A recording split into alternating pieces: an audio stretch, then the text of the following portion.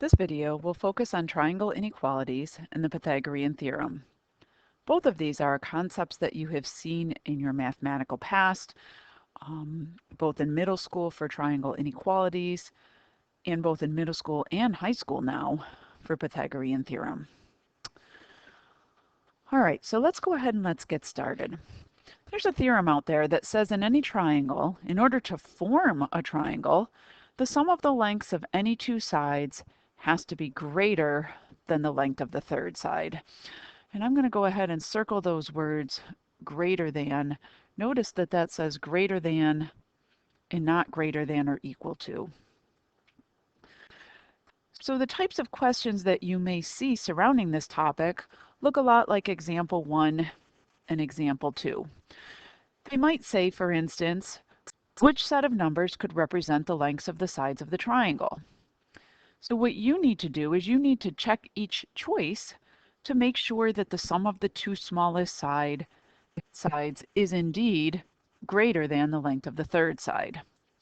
So for number 1, when I see 11 and 8, those would represent the two smallest sides. I'm going to go ahead and check their sum and see if that sum is greater in length than that of the third side. And 11 plus 8 is not greater than 19. It's exactly equal to 19. So those three side lengths would not form a triangle. When I go to check the second choice, the two shortest pieces are 5 and 5. So I'm going to check to see if the sum of 5 and 5 is greater than 11. It is not, and therefore those three side lengths would not form a triangle. For the third side, the two shortest choices are 4 and 3. So again, I would check to see if their sum is greater in length than the third side. It is not, meaning that those three side lengths could not form a triangle. And for the last one, the two shortest side lengths are 19 and 16. And when I check their sum to see if their sum is greater than that of the length of the third side, I find that it is, meaning that the only one of those four sets of numbers that would form or could be the sides of lengths of the sides of the triangle would be choice 4. The other type that the other type of question that we've seen on Regents exams looks like what you're seeing here in number 2, where they give you this they give you the side lengths of two sides of the triangle, and they want you to write an inequality that represents all of the possible values for the third side. And over the years, I've seen kids do this or answer this question in a variety of different ways, but I'm going to show you the way that I think is the easiest. I'm going to start by taking those two side lengths, and I'm going to find first their difference, so 8 minus 5, and then lastly their sum. 8 plus 5 is 13. That side length, or that third side length, has to be somewhere in between 3 and 13. So the way that I'm going to write this inequality, I'm going to say that the third side x has to be greater than 3, and at the same time that third side x has to be less than 13. Otherwise, the sum of the two smallest sides wouldn't be greater than the third side. So that's one possible way you can write the inequality. X has to be greater than 3 and at the same time less than 13. The other way that you can write this inequality is as a compound inequality, and you might remember this from middle school or from your algebra class last year. I'm simply going to take my variable x that represents the third side of my triangle. I'm going to put it between the 3 and the 13. And since we always write inequalities from low to high, both of those symbols that would belong in there would be less than symbols. So again, two different ways to write that. You could say x is both greater than 3 and less than 13. Or you could say 3 is less than x, which is less than 13. Both of them say exactly the same thing. All right, some other information you may or may not recall from middle school is that in any triangle, the longer side always lies opposite the larger angle, and the larger angle is across from or opposite the longest side. My big words of warning here with respect to using this is before you make any judgments, make sure you know all three side lengths and all three angle measures.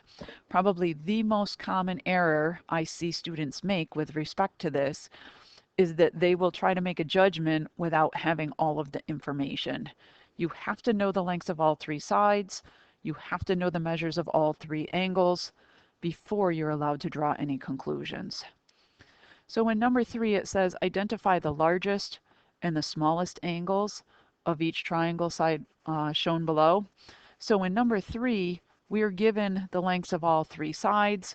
So we're good to go. We can go ahead and make judgments. The biggest angle is going to be opposite or across from the largest side. The largest side length is 13, and the angle that's opposite or across from that is angle B.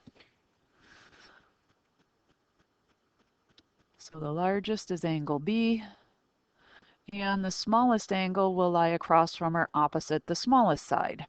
So the smallest side here is 5, making angle C the smallest angle in that triangle.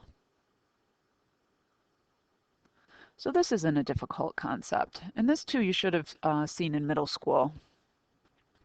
Now when I go to example 4, they've given me that one angle has measure 52 and the other angle has measure 54, but they have not given me the measure of the third angle. So before I can make any judgments, before I can make any determinations, I have to go find the measure of angle Z. And I do that recalling that in a triangle, the sum of the three angles is always 180. That's going to make the measure of my angle Z 74 degrees. And now, and only now, that I know the measures of all three angles, am I okay to go ahead and determine the lengths of the sides. So the biggest side is going to be opposite the biggest angle. So the biggest angle in that picture is angle Z, the 74 degrees. And the side that's opposite that angle is side XY. So the largest or the longest side in that triangle would be side XY. And the shortest side in that triangle would lie across from or opposite the smallest angle. So smallest angle, not by a lot, is angle X, and the side that's across from or opposite angle X is side YZ, making side YZ the shortest side in that triangle. All right, the other concept that we want to revisit in this lesson is that of the Pythagorean Theorem, which you saw starting in, I would say, probably 7th grade or so. So this is nothing new. We looked at the Pythagorean Theorem the first day of school this year. But again, I just want to revisit and make sure that we're all on the same page, both with the vocabulary and with the implementation of the Pythagorean Theorem. So first, some vocab. In that right triangle, they want us to label both the two legs and the hypotenuse. I'm going to start with the hypotenuse first because I think this is the easiest one to find. Remember that in a right triangle, the hypotenuse will always lie across from or opposite from that right angle.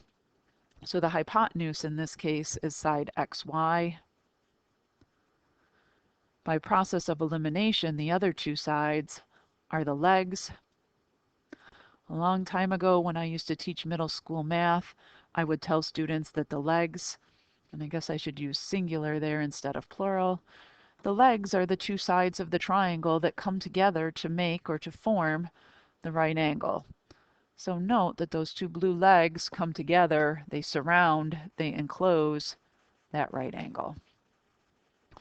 And we know that in a right triangle, the sum of the squares of any two sides is going to be equal in length to that of the square of the hypotenuse. Or another way to say that is that a squared plus b squared equals c squared.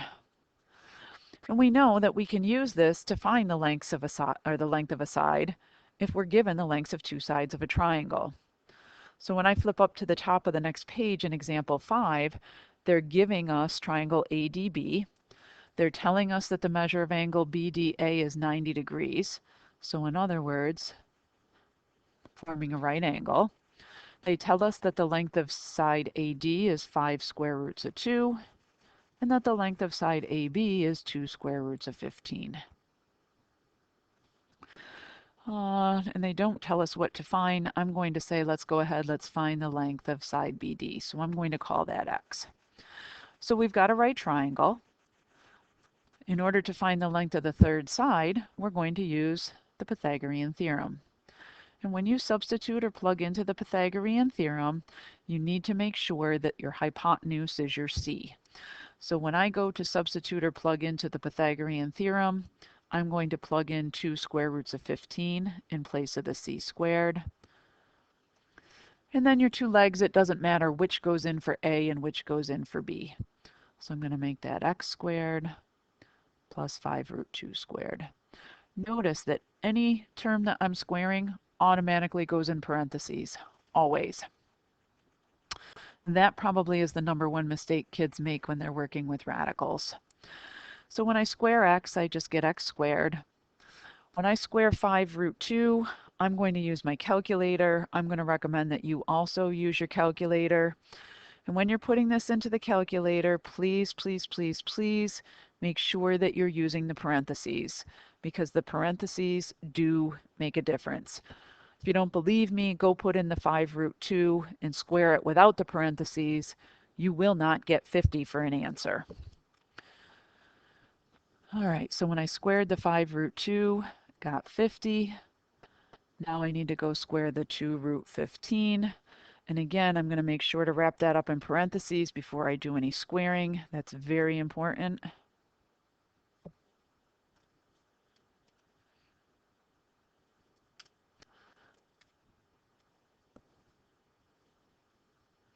I'm going to subtract 50 from both sides.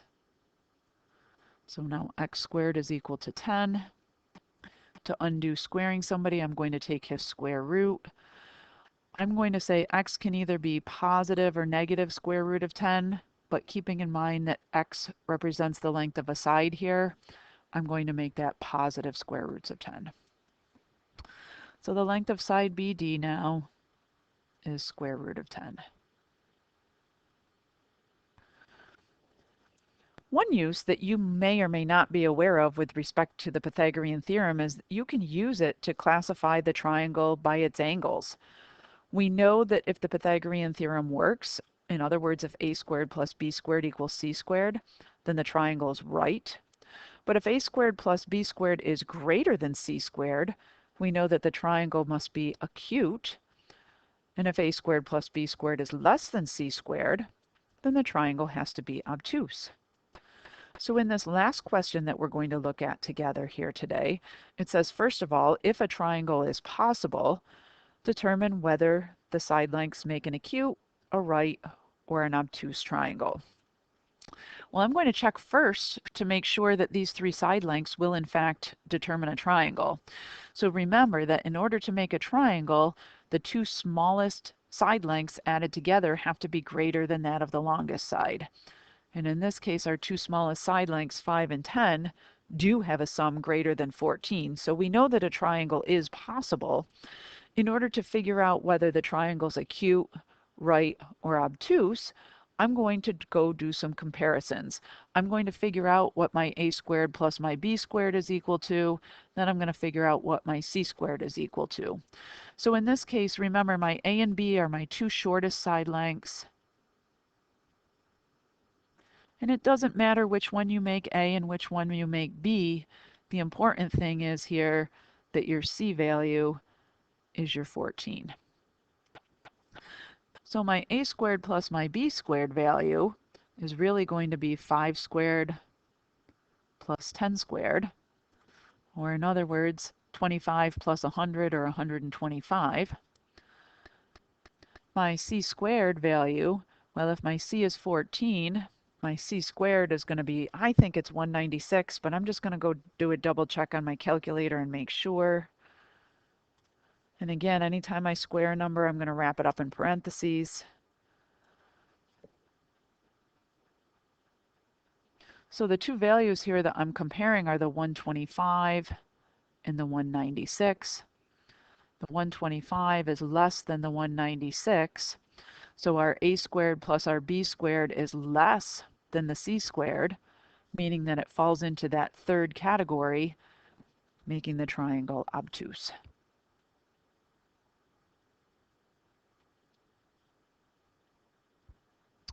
All right, we'll talk key ideas, of course, like we always do when you come back to class. But I want you to see if you can go do those two questions under the check your understanding.